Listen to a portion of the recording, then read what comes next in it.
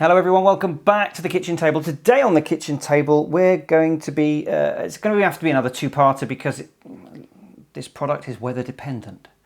So it's going to be part one, first look and what it's all about, and then part two is going to be actually getting some sort of before and afters. And actually there's two products because you may have noticed that the aircraft is now sporting a natty orange lens cover and gimbal clamp, and that's because we're going to be talking about these, the PolarPro filters for the Phantom 3. But before we get into that, it's the kitchen table, and tradition here dictates that we always have a beverage when we're discussing our drones. Lately I have been filming early in the morning and this is continuing, and so I'm on the coffee. It is actually some Costa Rican Hermanosa today, roasted medium and drunk as an Americano, so cheers. Oh, did a spill. Right, so yes, I got hold of some PolarPro filters, and handily, I also got a little contact from Droning On, the guys who made this, to say they're now making this, which is the wider version designed to work if you have the PolarPro filters fitted.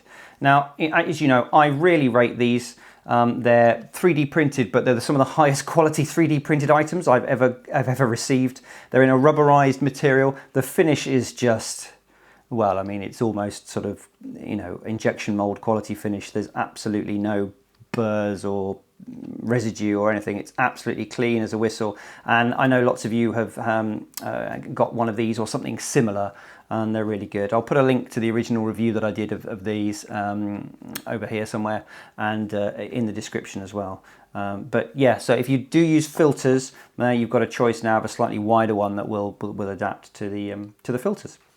So, PolarPro, yes, I got these. You buy them in a pack of 3. You get a polarizing filter and a 2 and 3-stop neutral density filters, ND4 and ND8. And they come in this natty presentation case. And, well, what are they for? Well, the front of your Phantom, this kind of glass cover here, can actually be removed.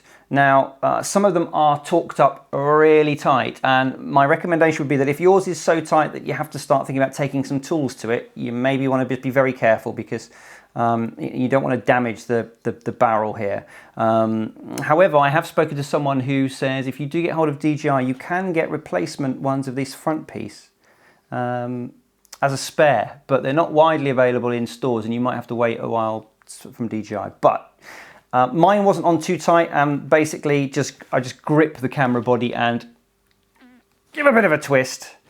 I didn't have to use anything other than my bare hands, and you'll see after several threads that this is just literally a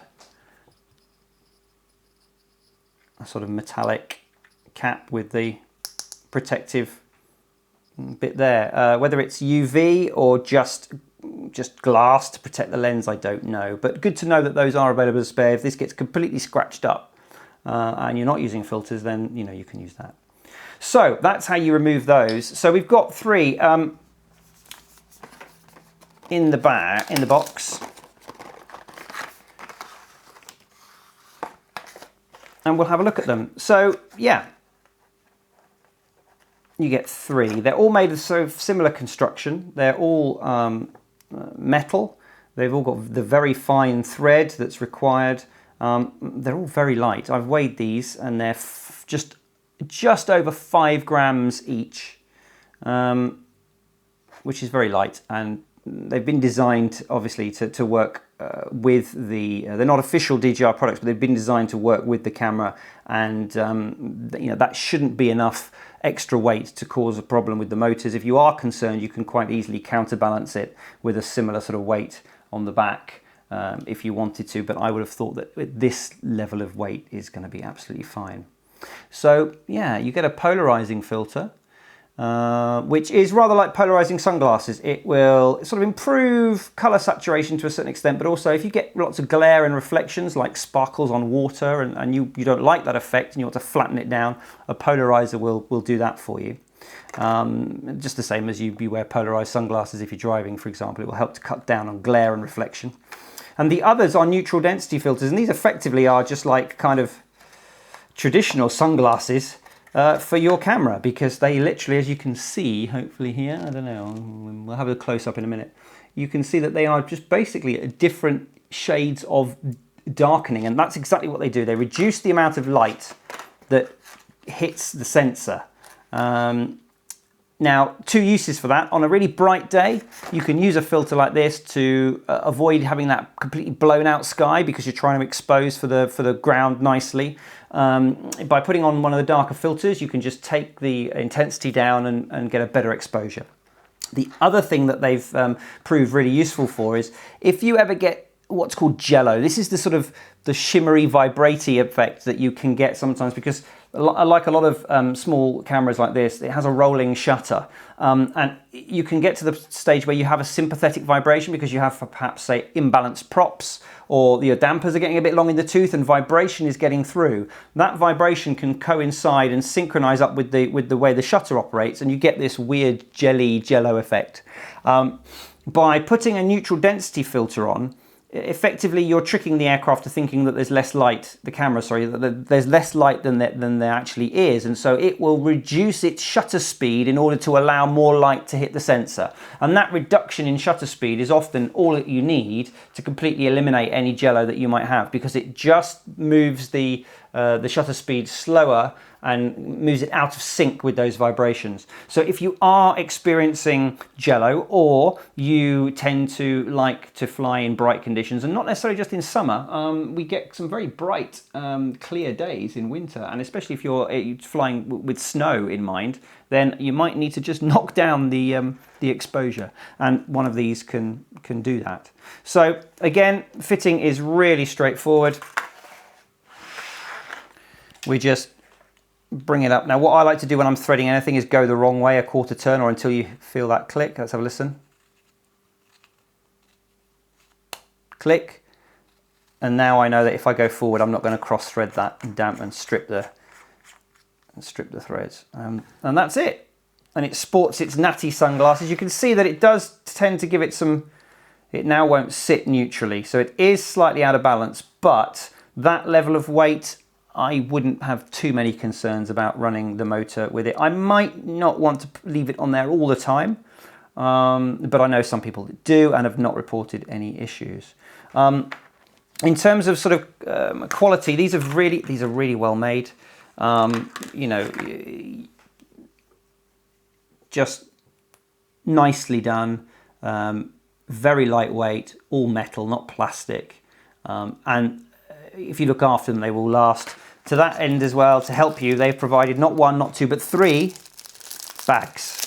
So you get a nice little branded baggie, which actually feels like you know, that lens cleaning cloth material, not quite microfiber, but it's something similar. So you can pop each of your filters in there. It'll keep them scratch free, and you can actually give them a wipe on the way in or on the way out. And that will clean them up nicely. They also come with a piece of knotted string with each bag. If you can let me know what you think that might be for, I'd be grateful, because you know, it's got a drawstring here. While I don't know, pass. If anyone knows why you get a free piece of string, can you let me know? It's kind of strong string, I don't know. So there we go. Those are the PolarPro filters for the Phantom 3. I'm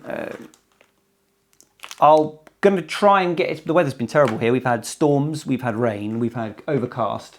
So not really an opportunity to show you before and after. So I'm hopeful that in the next few days or so, I can get some decent weather, and even if it's not flyable, maybe at least get in the garden and just show you some simple before and afters, and I can split screen them and you can see the difference that it makes. Now, I don't have a hint of jello on mine, so I'm not interested in reducing that, but what I do struggle with is, especially in this time of year when you've got the low sun, it's very difficult for the exposure to get right. So running the filters will be quite a useful experiment.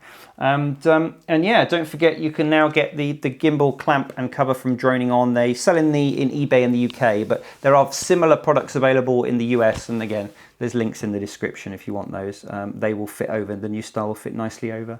Keep things steady in your flight case until you get to the flying field. There we go.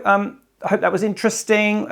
Let's try and get a part 2 done fairly quickly if the weather kicks in, and we'll see how these perform. But if you were thinking of those, hopefully that's a useful introduction to them. Many thanks indeed for watching as ever. I really appreciate your support. To those of you who've ordered your supporter mug, then thank you very much. They're actually shipping out a bit quicker than the 14 days that I state at the moment, but I'm not going to promise that will continue because it's festive season. So thank you to those who've ordered those. And if you've become a channel patron recently as well, there's been several of you who in the last couple of weeks who've come and joined. Thank you very much. And to anyone who just uses any of the shopping links down below that go through and help to throw a couple of pennies the way of the channel, that's really appreciated too.